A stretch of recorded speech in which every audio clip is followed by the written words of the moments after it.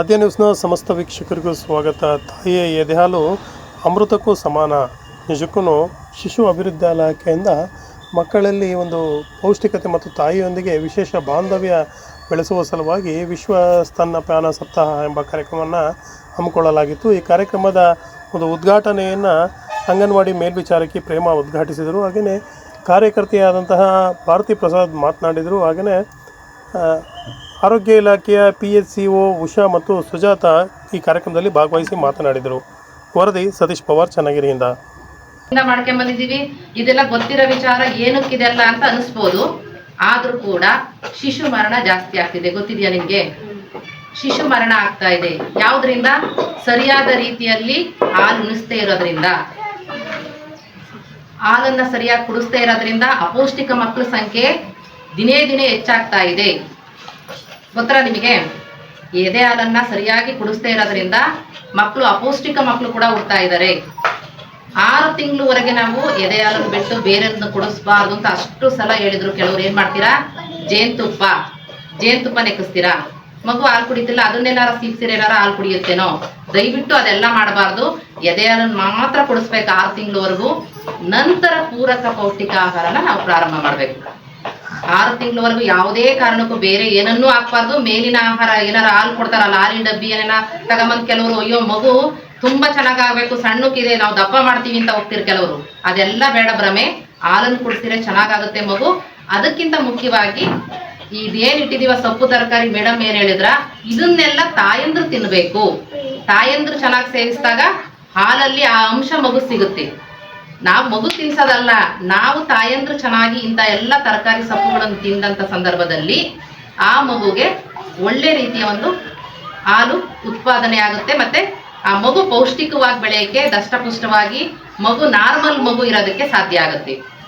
ಇಲ್ಲಿವರೆಗೂ ಇದನ್ನೆಲ್ಲ ಹೇಳಿದರೆ ನಾನು ಇನ್ನೊಂದು ವಿಚಾರ ಹೇಳ್ಬೇಕಪ್ಪ ನಾನು ಮುಖ್ಯವಾಗಿ ಅಂದ್ರೆ, ಬಾಲ್ಯ ವಿವಾಹದ ಬಗ್ಗೆ ಒಂದು ಮಾಹಿತಿ ಕೊಡ್ಲೇಬೇಕು. ಬಾಲ್ಯ ವಿವಾಹ ಅಂದ್ರೆ ಏನು ಅಂತ ನಿಮ್ಗೆಲ್ಲ ಗೊತ್ತಿದೆ. 18 ವರ್ಷದೊಳಗಿನ ಹೆಣ್ಣು ಮಕ್ಕಳಿಗೆ 21 ವರ್ಷದೊಳಗಿನ ಗಂಡು ಮಕ್ಕಳಿಗೆ ವಿವಾಹ ಮಾಡುವುದಕ್ಕೆ ನಾವು ಬಾಲ್ಯ ವಿವಾಹ ಅಂತ ಕರಿತೀವಿ. ಇಬ್ಬರಲ್ಲಿ ಒಬ್ಬರಿಗೆ ವಯಸ್ಸು ಕಡಿಮೆ ಇದ್ರು ಕೂಡ ನಾವೇನಂತ ಕರಿತೀವಿ? ಬಾಲ್ಯ ವಿವಾಹ ಅಂತ ಕರಿತೀವಿ. ದಯವಿಟ್ಟು ಇಂಥ ಬಾಲ್ಯ ವಿವಾಹಗಳು ದಿನೇ ದಿನ ಪ್ರಕರಣಗಳು ಹೆಚ್ಚುತ್ತಾ ಹೋಗ್ತಾ ಇದಾವೆ. ಬಾಲ್ಯ ವಿವಾಹ ಮುಕ್ತ ದೇಶ ಅಂತ ಮಾಡಬೇಕು ಅಂತ ಸರ್ಕಾರ ಎಷ್ಟೆಲ್ಲ ಯೋಜನೆಗಳನ್ನು ಕೈಗೊಂಡು ಇಂಥ ಎಲ್ಲ ಕಾರ್ಯಕ್ರಮಗಳನ್ನ ನಮ್ಮ ಅಂಗನವಾಡಿಗಳಲ್ಲಿರ್ಬೋದು, ಶಾಲೆಗಳಲ್ಲಿರ್ಬೋದು, ಎಲ್ಲ ಕಡೆ ಪೋಸ್ಟರ್ಗಳು ಹಾಕಿ, ಪೊಲೀಸ್ ಸ್ಟೇಷನ್ ಇರ್ಬೋದು, ಅವೇರ್ನೆಸ್ ಮೂಡಿಸ್ತಾ ಇದೀವಿ.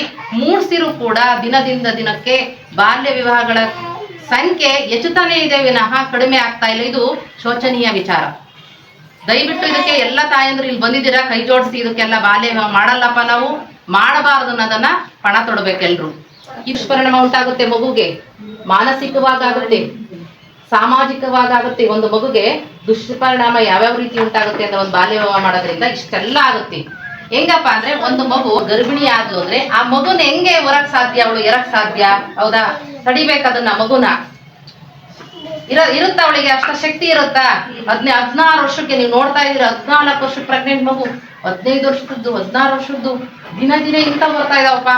ಪ್ರೇಮ ವಿವಾಹ ಅಂತ ಹೆಸರ ಕೊಡೋಬಿಡೋದು. ತಂದೆ ತಾಯಿಗಳು ಅದಕ್ಕೆ ಹೇಳೋದು, ಮಗು ಬಗ್ಗೆ ಗಮನ ಇರಬೇಕು. ಮೊಬೈಲ್ ಅಲ್ಲಿ ಬರೀ ಶಾಲೆದೇನಾರ ಹಾಕ್ಸ್ಕೊಂಡು ನೋಡ್ತಾ ಇದಾರೋ ಅಥವಾ ಬೇರೆ ಏನಾರ ದುಶ್ಚಟಕ್ಕೆ ಬಿದ್ದಿದಾರೋ, ಚಾಟಿಂಗ್ ಮಾಡ್ತಾ ಇದಾರೋ, ಅದನ್ನೆಲ್ಲ ಅಬ್ಸರ್ವ್ ಮಾಡ್ಬೇಕು ನಾವು. ಫೋನ್ ಇಟ್ಕೊಂಡು ನಾವೆಲ್ಲ ಏನ್ ಮಾಡ್ತಿದ್ವಿ? ಹೋಮ್ವರ್ಕ್ ಹಾಕಿದಾರೆ ಶಾಲೆಯಿಂದ, ಏನೋ ಮಾಡ್ತಾರೆ ಅಂತ ತಿಳ್ಕೊಂತೀವಿ. ನಮ್ಗೆ ಏನು ತಿಳಿಯಲ್ಲ ಅವರಿಗೆ ಅಂತ ಭಾವಿಸ್ತೀವಿ. ಯಾರಿಗೆ? 9ನೇ ಕ್ಲಾಸ್ ಮಕ್ಳಿಗೆ, 10ನೇ ಕ್ಲಾಸ್, 8ನೇ ಕ್ಲಾಸ್ ಮಕ್ಳಿಗೆ ತಿಳಿಯಲ್ಲ ಅಂತ ನಾವು ಭಾವಿಸಿರ್ತೀವಿ. ಅದಕ್ಕೆ ಅವ್ರಿಗೆಲ್ಲೂ ಗೊತ್ತಿರುತ್ತೆ.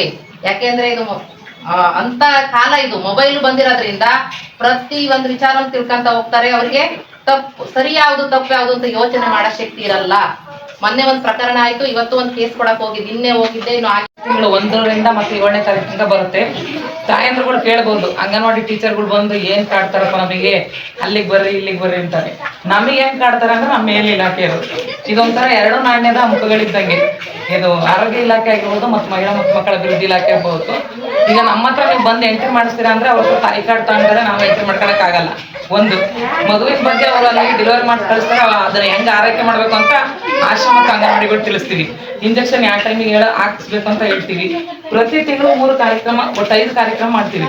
CBI ಒಳಗೆ ಅನ್ನಪ್ರಾಶನ ಇರ್ಬೋದು, ಪೋಷಣ ಅಭಿಯಾನ ಕಾರ್ಯಕ್ರಮದಲ್ಲಿ ಅಪ್ಡೇಟ್ ಇರುತ್ತೆ. ECC ಡೇ ಇರ್ಬೋದು, ಆರೋಗ್ಯ ತಪಾಸಣೆ ಇರ್ಬೋದು, ಆಮೇಲೆ ಗರ್ಭಿಣಿ ನೋಂದಣಿ, ಗರ್ಭಿಣಿಗೆ ಶ್ರೀಮಂತ ಕಾರ್ಯಕ್ರಮ, ನಿಮ್ಮ ಮನೆಗೆ ಶ್ರೀಮಂತ ಕಾರ್ಯಕ್ರಮ ಅಂದ್ರೆ ಒಂಥರ ಆಡಂಬರವಾಗಿ ಮಾಡ್ತೀವಿ. ನಮ್ಮ ಅಂಗನವಾಡಿ ಕೇಂದ್ರದಲ್ಲಿ 7 ರಿಂದ 8 ತಿಂಗಳಿರಂತ ಗರ್ಭಿಣಿಯರು ಎಷ್ಟು ಇರ್ತಾರೋ, ಈಗ ಸುಮಾರು ನನಗೆ 6 ಜನ ಇದ್ದಾರೆ ಗರ್ಭಿಣಿಯರು, ಅದ್ರಲ್ಲಿ 3 ಜನ ಈಗ ಡೆಲಿವರಿ ಟೈಮು. ಅಂಥವರಿಗೆ ಶ್ರೀಮಂತ ಕಾರ್ಯಕ್ರಮ ಮಾಡಿದ್ರೆ ಏನೋ ಒಂಥರ ಖುಷಿ. ಯಾಕಂತ ಮಕ್ಕಳು ಮುಂದೆ ಆ ರೀತಿ ಮಾಡಿದಂಥ ಸಂದರ್ಭದಲ್ಲಿ ಒಳಗಿನ ಮಗು ನನ್ನನ್ನು ವೆಲ್ಕಮ್ ಮಾಡ್ತಾ ಇತ್ತು ಅಂತ ಅದು ಖುಷಿ ಪಡ್ಬೋದು, ನಾವು ಅದನ್ನ ವೆಲ್ಕಮ್ ಮಾಡ್ಬೋದು ಅನ್ನೋ ಒಂದು ಇದರಿಂದ ದೃಷ್ಟಿಯಿಂದ ಕೇಂದ್ರ ಸರ್ಕಾರದವರು ಪೋಷಣ ಅಭಿಯಾನ ಕಾರ್ಯಕ್ರಮದಲ್ಲಿ 5 ಕಾರ್ಯಕ್ರಮಗಳನ್ನ ಆಯೋಜಿಸಿದ್ದಾರೆ. ಇದು ನಮಗೆ ಪ್ರತಿ ವರ್ಷ ಸ್ತನ್ಯಪಾನ ಸಪ್ತಾಹ ಆಗಿರ್ಬೋದು, ಪೌಷ್ಟಿಕಾಹಾರ ಶಿಬಿರ ಆಗಿರ್ಬೋದು. ಈಗ ನೆಕ್ಸ್ಟ್ ನೋಡ್ರಿ ಆಗಸ್ಟ್ 15 ಸ್ವತಂತ್ರ ದಿನಾಚರಣೆ ಬಂತು. ಇದು ಯಾಕೆ ಇದನ್ನ ಸ್ತನ್ಯಪಾನ ಸಪ್ತಾಹ ಪೌಷ್ಟಿಕಾಹಾರ ಶಿಬಿರ ಇವಾಗ ಮಾಡ್ತಾರೆ ಅಂದ್ರೆ, ಮಳೆ ಹಿಡ್ಕೊಂಡಂತ ಸಂದರ್ಭದಲ್ಲಿ ಪ್ರತಿಯೊಬ್ರು ಮನೆ ಮುಂದೆ ಒಂದು ಹಸಿರಾದಂತ ವಾತಾವರಣ ಇರ್ತದೆ. ಹಸಿರು ಅಂದ್ರೆ ಏನು? ಸೊಪ್ಪನ್ನ ಹೆಚ್ಚು ನೀವು ತಿಂದ್ರೆ ನಿಮ್ಮ ಆರೋಗ್ಯನೂ ಚೆನ್ನಾಗಿರ್ತತಿ. ಇದು ಎಂತದ್ದು ವಾಸನೆ ಸೊಪ್ಪು ಎಂತಂದ್ರೆ ಸೀಗೆ ಸೊಪ್ಪು ನೋಡಿದ್ರಾ, ಅದ್ರ ಸ್ಮೆಲ್ ಎಷ್ಟು ಕೆಟ್ಟದಿರ್ತದ, ಅದ್ರ ನೀವು ತಿಂದ್ರೆ ಅದಕ್ಕಷ್ಟು ಆಪೋಸಿಟ್ ಆಗಿ ಆರೋಗ್ಯವಾಗಿರ್ತೀರಿ. ನುಗ್ಗಿ ಸೊಪ್ಪು ತಿಂದ್ರೆ ಈಟ್ ಅಂತಾರೆ, ಅದನ್ನ ಉದ್ಗ ಸಾರು ಮಾಡಬಹುದು, ಇಲ್ಲ ತಳಸಿ ಕೊಬ್ಬರಿ ಹಾಕೊಂಡು ನಿಮಗೆ ಯಾವುದು. ಈಗ ಹಸಸಿಡೆ ತಿನ್ಬೇಕು ಅಂದ್ರೆ ಕ್ಯಾರೆಟ್, ಮೂಲಂಗಿ ಇವನ್ನೆಲ್ಲ ತುರಿಯೋದ್ರಲ್ಲಿ ಇಷ್ಟಿಷ್ಟೇ ಮಾಡ್ಕೊಂಡು ಒಂದು ಚಪಾತಿಗೆ ಈ ತರದ ಒಂದು ಬಟ್ಟಲು ತರಕಾರಿ ತಿನ್ಬೇಕು. ನಾವೇನ್ ಮಾಡ್ತೀವಿ, 2 ದೋಸೆಗೆ ಇಷ್ಟು ಪಲ್ಯ, ಇಷ್ಟು ಚಟ್ನಿ ತಿಂತೀವಿ. ಸರೋಜಕ್ಕ ಅಂತ ಇದ್ರು ನಮ್ಮ ಮೊಟ್ಟೆ ಬೆಲ್ಲದಿಂದ ನಮ್ಮ ಅಮ್ಮ ಇಲ್ಲಿ ಮದುವೆ ಮಾಡ್ಕೊಂಡು, ಏ ಅಪ್ಪಿ 1 ದೋಸೆಗೆ ಯಾರ ಇಟೇ ಚಟ್ನಿ ಇಷ್ಟು ತಿಂತಾರೆ ಅಪ್ಪಿ, ಇಷ್ಟು ಬಟ್ಲು ಪಲ್ಯ ಇರ್ಬೇಕು, 1 ದೋಸೆ ಇರ್ಬೇಕು, ಗೊತ್ತಾ? ಅದು ಪಲ್ಯದ ಅಂಶ ನಮ್ಮ ದೇಹದೊಳಗೆ ಹೋಗ್ಬೇಕು. ದೋಸೆ ಏನದು ರುಚಿಗೆ ಅಷ್ಟೇ, ಅದನ್ನ ಯಾರಿಗೆ ಏನು ಹಿಂಗೆ ಹಂಚಿನ ಮೇಲೆ ಹೋಯ್ತೀವಿ ಅದು ತೆಳ್ಳಗೆ ಬರುತ್ತೆ. ಪಲ್ಯದೊಳಗೆ ಎಲ್ಲ ಇರ್ತತಿ. ಕಡಲೆಬೇಳೆ ಹಾಕಿರ್ತೀವಿ, ಸಾಸಿವೆ, ಜೀರಿಗೆ, ಕೊತ್ತಂಬರಿ ಸೊಪ್ಪು, ಕರಿಬೇವು ಸೊಪ್ಪು, ಕೊಬ್ಬರಿ, ಆಲೂಗಡ್ಡೆ, ನೀರುಳ್ಳಿ, ಟೊಮೊಟೊ ಎಲ್ಲ ಹಾಕಿ ಪಲ್ಯ ಮಾಡಿರ್ತೀವಿ. ಅಲ್ಲಿ ಎಷ್ಟು ಐಟಮ್ಸ್ ಇರ್ತತಿ. ದೋಸೆ ಒಳಗೆ ಏನಿರುತ್ತೆ? ಅಕ್ಕಿ, ಉದ್ದಿನ ಬೇಳೆ, ಮೆಂತೆ, ಗರಿ ಅನ್ಬೇಕಂದ್ರೆ ಒಂದು 4 ತೊಗರಿ ಬೇಳೆ ಹಾಕಿರ್ತೀವಿ. ಈ ಥರ ಇರ್ತೀವಿ. ಅದಕ್ಕೆ ನೀವೆಲ್ಲರೂ ನೀವೇನು ಕಡಿಮೆ ಜನ ಬಂದಿದ್ದೀರಾ ನಿಮ್ಮ ಅಕ್ಕಪಕ್ಕದ ಮನೆಯವ್ರಿಗೆ ತಿಳಿಸ್ರಿ. ಅಂಗನವಾಡಿ ಕೇಂದ್ರದಲ್ಲಿ ಈ ಥರ ಕಾರ್ಯಕ್ರಮಗಳು ಇರ್ತವೆ, ಭಾಗವಹಿಸ್ರಿ ಅಂತ ನೀವು ಹೆಂಗೆ ಮೋಟಿವೇಶನ್ ಮಾಡ್ತಿರೋ ನಾವು ಕೆಲಸ ಮಾಡೋದನ್ನ ನೀವು ಗುರುತಿಸ್ತೀರಿ. ಏನು ಗೊತ್ತಾ, ಬಿಡಪ್ಪ ಅಂಗನವಾಡಿ ಟೀಚರ್ ಬರ್ತಾರೆ ಹಿಂಗೆ ಹೋಗ್ತಾರೆ ಅಂತೀರಿ. ಯಾಕೆ ಗೊತ್ತಾ, ಪ್ರತಿನಿತ್ಯ ನೀವು ನಮ್ಮ ಜೊತೆಲಿ ಭಾಗವಹಿಸಿದ್ರೆ ನಮ್ಮದ ಕರ್ತವ್ಯ ಏನು, ಅವ್ರ ಕರ್ತವ್ಯ ಏನು, ಯಾರ್ಯಾರ ಕರ್ತವ್ಯ ಏನು, ತಾಯಿದೇನು, ಪೋಷಕರದೇನು ಎಲ್ಲ ಗೊತ್ತಾಗ. ಮಗು ಒಂದು 4 ಗಂಟೆ ನಂತರ ಬರಲ್ದ್ರೆ ನಿಮ್ದು ಹೆಂಗೆ ಗಾಬರಿ ಆಗ್ತೀರಿ ನೋಡಿ, ಅಯ್ಯೋ ಎಲ್ಲೋ ನಮ್ಮ ಮಗ ಹೆಂಗಿದಾನೋ ಏನು ಅಂತಂದು. ಅದೇ ರೀತಿ ನಾವು ನಮ್ಮ ಅಂಗನವಾಡಿ ನೀವು ಬರಲ್ದ್ರೆ ಜನನ್ನೇ ಕರ್ಕೊಂಬಂದಿಲ್ಲ ನೀವು ಅಂತಾರೆ. ಅಂದ್ರಲ್ಲ 7 ಜನ ಟೀಚರ್ ಇದ್ರೆ ಎಷ್ಟು ಜನ ಕರ್ಕೊಂಬಂದಿದ್ದೀವಿ ಅಂದ್ರು. ಅದೇ ಉದ್ದೇಶಕ್ಕೆ ನಾವು ಕರೆಯೋದು ನಮ್ಮನೆ ಕೆಲಸಕ್ಕಲ್ಲ, ನಿಮಗೆ ಬಂದಂತ ಸಂದರ್ಭದಲ್ಲಿ ನಾವು 10 ಪಾಯಿಂಟ್ ಹೇಳಿದ್ರೆ 3 ಪಾಯಿಂಟ್ ಅದನ್ನ ತಲೆಗೆ ಹೋಗುತ್ತಾ. ಆಮೇಲೆ ಮನೆ ಸುತ್ತಲೂ ಕಸ ಕಡ್ಡಿ ಎಲ್ಲ ಬಿಡಿದಂಗೆ ಪೇಪರ್ಗಳು ಎಲ್ಲ ಸುಟ್ಟ ಹಾಕ್ಬೇಕು. ಕಸದ ಗಾಡಿಗಳು ಬರ್ತಾವ ಸಿಟಿಲಿ, ಆವಾಗ ಕಸ ಎಲ್ಲ ವಿಲೇವಾರಿ ಮಾಡ್ಬೇಕು, ತುಂಬಿಡ್ಬೇಕು. ಮನೆಯಲ್ಲಿ ಡಸ್ಟ್ಬಿನ್ ಹಾಕಿ ಓಪನ್ ಬಿಡಬಾರ್ದು, ನೊರ್ಜಗಳು ಅವೆಲ್ಲ ಕೂತ್ಕೊಂಡ್ರೆ ಅದನ್ನ ಮುಚ್ಚಿಡ್ಬೇಕು. ಅವ್ರು ಬಂದಾಗ ಏನ್ ಮಾಡ್ಬೇಕು, ಅದ್ರ ಜೊತೆ ಹಾಕ್ಬೇಕು. ಮನೆ ಸುತ್ತ ನಿಲ್ದಂಗೆ ನೋಡ್ಕೋಬೇಕು, ಗೊತ್ತಾಯ್ತಾ? ಆಮೇಲೆ ಗುಂಡಿಗಳೆಲ್ಲ ಇದ್ರೆ ನೀರು ನಿಂತಿದ್ರೆ ಆ ನೀರು ನಿಲ್ದಂಗೆ ಏನ್ ಮಾಡ್ಬೇಕು, ಮಣ್ಣುಗಳನ್ನ ಹಾಕಿ ಅದನ್ನೆಲ್ಲ ನೀರು ನಿಲ್ದಂಗೆ ನೋಡ್ಬೇಕಪ್ಪ. ಒಟ್ಟು ಮಳೆ ಬರೋ ತರ ಮಳೆ ಬಂದು ನಿಂತು ಹೋಗಿ 1 ವಾರ ಆದ್ಮೇಲೆ ಸೊಳ್ಳೆಗಳು ಉತ್ಪತ್ತಿ ಆಗ್ತವೆ ಕೊಳಚೆ ನೀರಿನ, ಗೊತ್ತಾಯ್ತಾ? ಅದಕ್ಕೆ ನೀರುಗಳಲ್ಲಿ ನಿಲ್ಲಿದಂಗೆ ನೋಡ್ಕೋಬೇಕು, ಅವಾಗ ನಿಮಗೆ ಕಾಯಿಲೆ. ಆಮೇಲೆ ಬೆಳಗ್ಗೆ ಸಂಜೆ ನಾವ್ ಹೇಳ್ತೀವಿ ಸೊಳ್ಳೆ ಬರೋ ಸಮಯ ಅಂತ. ಯಾವಾಗ? ಬೆಳಗ್ಗೆ 6 ಗಂಟೆಯಿಂದ 7 ಗಂಟೆ, ಸಂಜೆ 6 ಗಂಟೆಯಿಂದ 7 ಗಂಟೆ. ಅವಾಗ ಮನೆಯ ಕಿಟಕಿ ಬಾಗಿಲುಗಳನ್ನ ಏನ್ ಮಾಡ್ಬೇಕು, ನಾವು ಮುಚ್ಚಬೇಕು. ಸೊಳ್ಳೆ ಬರೆಯೋ ಸಮಯ ಅದು. ನೀವು ಆಮೇಲೆ ಬೇಕಾಗಿ ತೆಗೀರಿ, ಸೊಳ್ಳೆ ಬರಲ್ಲ. ಅದು ಸಾಯಂಕಾಲ ಬೆಳಗ್ಗೆ ಅಷ್ಟೇ, ಆ ಸಮಯದಲ್ಲಿ ಅಷ್ಟೇ ಬರುತ್ತೆ. ಹಂಗಾಗಿ ಏನ್ ಮಾಡ್ಬೇಕು, ನೀವು ಅವನ್ನ ಮುಚ್ಚಬೇಕು. ಕಿಟಕಿ ಬಾಗಿಲು ಮುಚ್ಚಿದ್ರೆ ಅರ್ಧ ಸೊಳ್ಳೆಗಳು ನಿಮ್ಮ ಮನೆಗೆ ಬರಲ್ಲ. ಆಮೇಲೆ ಅವಾಗೆಲ್ಲ ಬೇರೆ ಸೊಪ್ಪು ಬಾಳಿಸ್ತಿದ್ರು, ಈಗೆಲ್ಲ ಸಿಗಲ್ಲ. ಅದೇನೋ ಓಡೋಮಸ್ ಆಯಿಂಟ್ಮೆಂಟ್ ಅಂತಾರೆ. ಈಗ ಅವೆಲ್ಲ ಸ್ಮೆಲ್ ಕೆಲವು ಇದು ಕಾಯಿಲೆ ಸೊಳ್ಳೆ ಬತ್ತಿ ಬರ್ತಿತ್ತಲ್ಲ, ಸೊಳ್ಳೆ ಬತ್ತಿನೂ ಹಚ್ಚಂಗಿಲ್ಲ. ಅದೇ ಸ್ಮೆಲ್ ಕೆಮಿಕಲ್, ಅದು ಅಲರ್ಜಿ ಆಗಿ ಕೆಮ್ಮು ಶೀತ ಎಲ್ಲ ಆಗುತ್ತೆ. ಸೊಳ್ಳೆ ಬತ್ತಿ ಇರ್ಬೋದು, ಓಡೋಮಸ್ ಆಯಿಂಟ್ಮೆಂಟ್ ಇರ್ಬೋದು, ಅವೆಲ್ಲ ಬಳಸಂಗಿಲ್ಲ. ಸೊಳ್ಳೆ ಪರ್ದೆಗಳನ್ನ ಬಳಸಿ ಇವಾಗ 10 ವಾರದೊಳಗೆ ನೋಂದಣಿ ಆಗಬೇಕು. 10 ವಾರದ ನಂತರ ಬಂದರೆ ಅದು ನೋಂದಣಿ ತಗೊಳೋದಿಲ್ಲ. 10 ವಾರದೊಳಗೆ ನೋಂದಣಿ ಆಗಬೇಕು ಅಂತ ಯಾಕೆ ಗೊತ್ತಾ?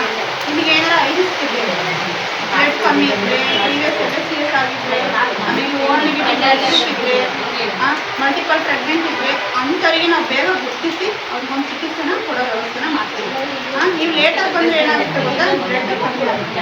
ಅವಾಗ ನೀವು 5 ತಿಂಗಳು 6 ತಿಂಗಳು ಬಂದಿರ್ತೀರ, ಅವಾಗ ಲೇಟ್ ಆಗುತ್ತೆ. ಅದಕ್ಕೆ ಹೇಳೋದು, ಪ್ರೆಗ್ನೆಂಟ್ ಆದರೆ 10 ವಾರದೊಳಗೆ ನೋಂದಣಿನ ಮಾಡಿಸಿ ಮನೆ ಸುತ್ತಮುತ್ತ ಪರಿಸರನ ಸ್ವಚ್ಛತೆಯಿಂದ ಇಟ್ಕೊಳ್ಳಿ. ನೋಡಿರಿ, ಡೆಂಗ್ಯೂ ಕಾಯಿಲೆ ಕಾಯಿಲೆ ಹೇಳಿದ್ರು ಒಂದೊಂದು ಹೇಳ್ತಿದ್ರು. ಟೈರು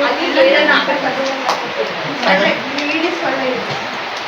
ಇದು ಮನೆಗೆ ಮುಚ್ಚಿಟ್ಕೊಂತೆಲ್ಲ ಪರಿಕರಗಳು ಅದನ್ನ ಯಾವಾಗಲೂ ಮುಚ್ಚಿಡ್ಬೇಕು. ವಾರದಲ್ಲಿ ಅಡಿಕೆ ತೊಳೆದು ಒಣಗಿಸಿ ನೀರು ಹಾಕಬೇಕು.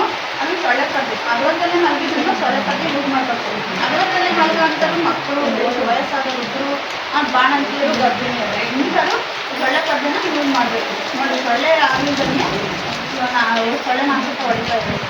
ಅದಕ್ಕಾಗಿ ಹೇಳೋದು ಮಕ್ಕಳಿಗೆ ಸಂಜೆ ಆದ ತಕ್ಷಣ ಹೊಗೆ ಹಾಕೋದು, ಗುಡ್ ನೈಟ್ ಕಾಯಿಲ್ ಹಾಕೋದು, ಕಿಟಕಿನೆಲ್ಲ ಮುಚ್ಚೋದು, ಸೊಳ್ಳೆ ಮೆಚ್ಚು ಹಾಕೋದು ಅಂಥನ್ನೆಲ್ಲ ಮಾಡಬೇಕು. ಸೊಳ್ಳೆ ಮಕ್ಕಳಿಗೆ ಸಂಜೆ ಆದ ತಕ್ಷಣ ಕೈ ಮಾಡಿ ಬಟ್ಟೆ ಹಾಕ್ಬೇಕು. ತರಕಾರಿನ ಸೈಡಿಗಿಟ್ಟು ತಿಂತಾರೆ. ಅವರಿಗೆ ಬರ್ತು ಹಾಸ್ಪಿಟಲ್ ಬರೀ ಬೆಡ್ ಹಾಸ್ಪಿಟಲ್ ಜಾಸ್ತಿ ಆಗಿದೆ. ಅದಕ್ಕಾಗಿ ಹೇಳೋದು ಗರ್ಭಿಣಿಯರಾಗಲಿ ಬಾಣಂತಿಯರಾಗಲಿ ಪೌಷ್ಟಿಕಾಂಶನ ತಿಂದು ಕಾಳು ಬೇಳೆ ಮೊಳಕೆ ಕಟ್ಟಿರೋ ಹೆಸರು ಕಾಳನ್ನು ನೆನೆ ಹಾಕಿ ತಿನ್ನಬೇಕು. ಇಷ್ಟೇ ಹೇಳಿ ನನ್ನ ಮಾತನ್ನು ಮುಗಿಸ್ತೀನಿ.